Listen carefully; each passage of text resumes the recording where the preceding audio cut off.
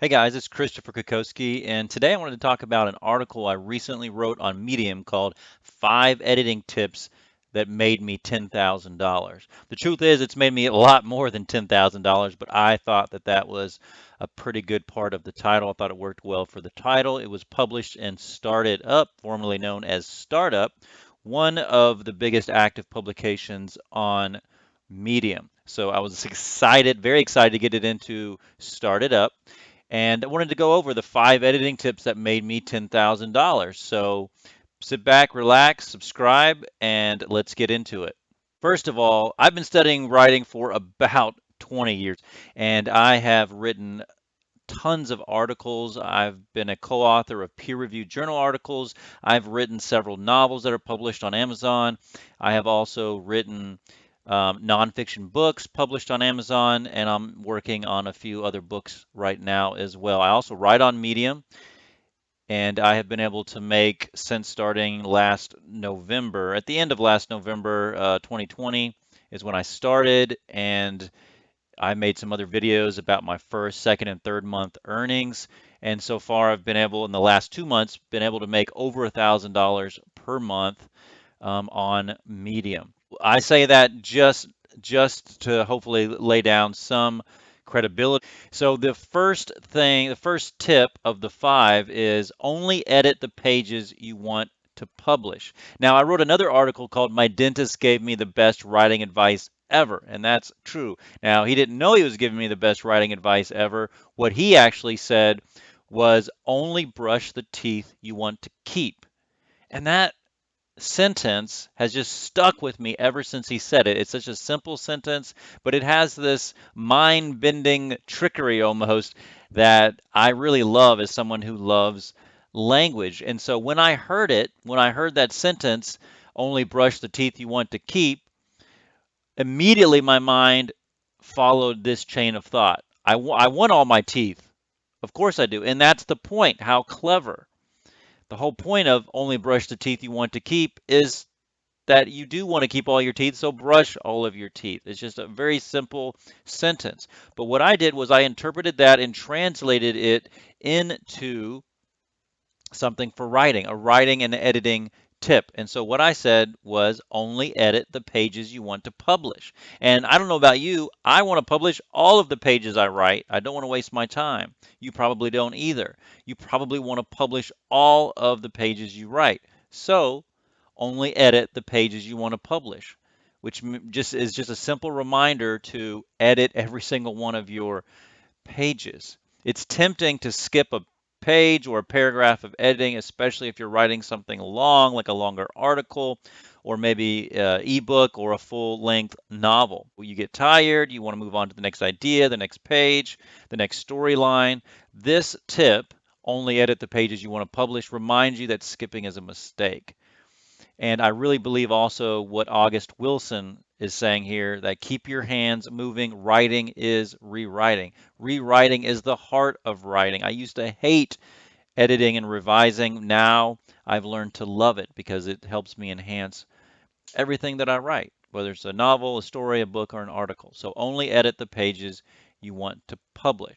The second editing tip that has made me $10,000 and more is related to a common thing that you hear as a writer. If you've studied writing, if you've been in a community of writers for any length of time, if, like me, you love quotes about writing, you've probably heard a quote that is often attributed to Hemingway, which is write drunk and edit sober.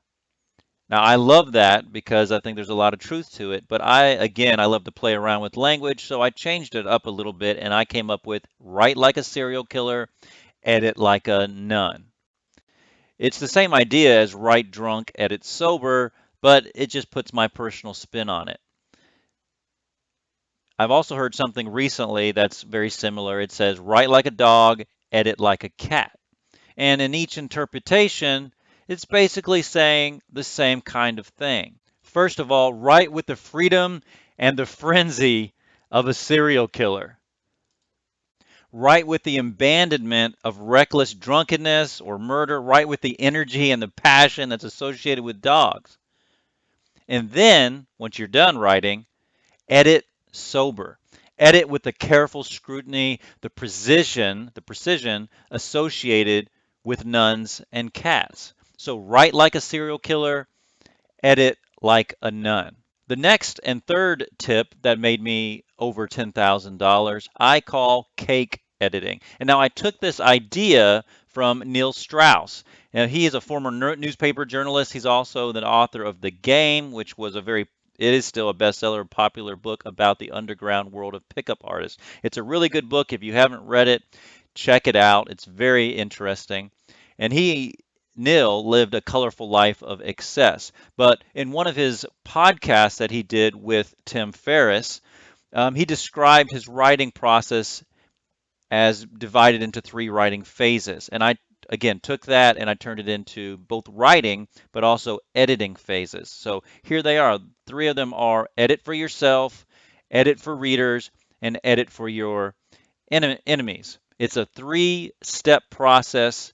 It's a layered editing process.